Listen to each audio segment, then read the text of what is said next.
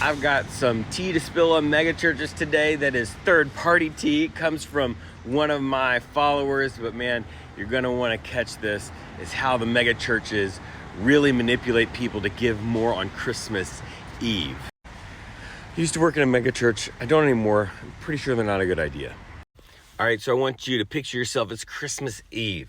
You have just seen the drummers that are on the cranes flying over the crowd. You have seen lasers and like 1,000-piece orchestra performing Mary Did You Know, with some white guy mansplaining to Mary about Jesus. I mean, it's been an epic thing. And then the pastor comes out.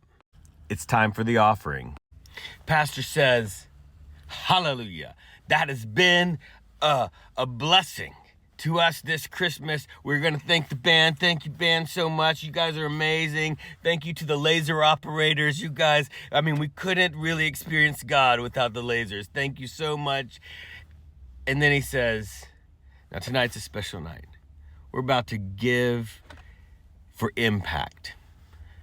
You know, our church is all about impacting the community. Well, tonight, our offering is different. We're not going to use a dime of this money to pay our light bills, to pay our staff, any of that. Every penny you put in that offering plate is going to help a needy person in our community. Feed the hungry, clothe the naked, all of the things, right?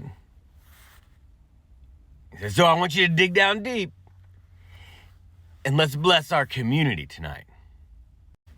Does it sound familiar? It should if you've been to megachurches, because a lot of megachurches do this. Now, here's the tea that I got from one of the followers. So this megachurch budgeted $0 to help people, right? No money to help people, no money to feed people, none of that.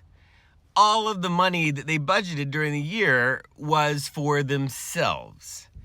The only money that they spent on helping people came in that one Christmas Eve service.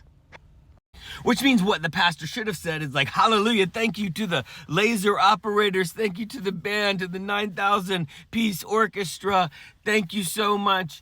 And today is going to be different because every other day it's all about us. Our budget only covers paying us, paying me, making sure that we have everything that we could ever imagine, making sure we've got all of the most up-to-date laser operators. But look, if you want to make an impact in your community, if you want to feed hungry people, tonight is the only way to do that, because we spend no money helping people.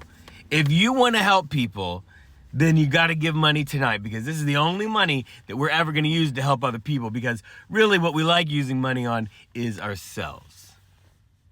If you want to make an impact in your world, the only way to do it at this church is to give tonight. This level of manipulation is dangerous because when people find out, it doesn't just mess with their thinking about the church, this church. It's like everything.